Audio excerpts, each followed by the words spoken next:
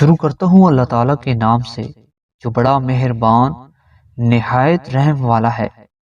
حضرت اسماء بنت یزید رضی اللہ تعالیٰ عنہا کہتی ہیں کہ انہوں نے رسول اللہ صلی اللہ علیہ وآلہ وسلم کو فرماتے ہوئے سنا، کیا میں تم کو یہ نہ بتا دوں کہ تم میں بہترین لوگ کون ہیں؟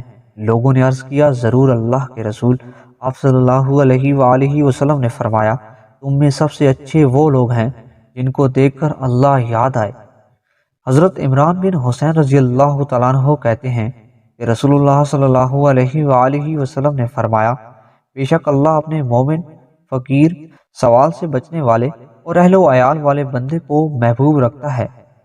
حضرت ابو مالک اشری رضی اللہ تعالیٰ عنہ کہتے ہیں کہ رسول اللہ صلی اللہ علیہ وآلہ وسلم نے فرمایا، مکمل وضو کرنا نصف ایمان ہے، اور الحمدللہ میزان کو ثواب سے بھر دیتا ہے، اور سبحان اللہ، اللہ اکبر آسمان و زمین کو ثواب سے بھر دیتے ہیں۔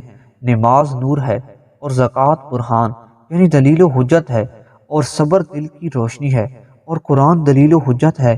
ہر شخص صبح کرتا ہے تو وہ اپنے نفس کو بیچنے والا ہوتا ہے، پھر وہ یا تو اسے جہنم سے آزاد کرا لیتا ہے یا ہلاک کر دیتا ہے۔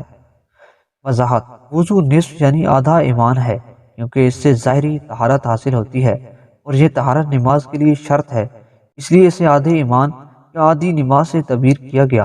اور باطنی طہارت ایمان و اقرار توحید سے حاصل ہوتی ہیں۔ زکوٰۃ کی ادائیگی سے ایمان کی سچائی کا پتہ چلتا ہے۔ صبر باعث نور و ضیاء ہے، اور ممکن ہے صبر سے مراد یہاں روزہ ہو، کیونکہ شہوات کے توڑنے میں اس کی تاثیر قوی ہے، اور یہ دل کی نورانیت کا باعث ہوتا ہے۔ قرآن پر عمل کرنے سے نجات، اور اس کو چھوڑ دینے سے ہلاکت کا قوی اندیشہ ہے۔ ہر شخص اپنے کردار و عمل سے اپنے نفس کو اللہ تعالیٰ کی اطاعت میں لگا کر اس کو عذاب سے آزاد کرانے والا ہے، یا شیطان کی فرمانبرداری سے اس کے عذاب میں گرفتار کرنے والا ہے۔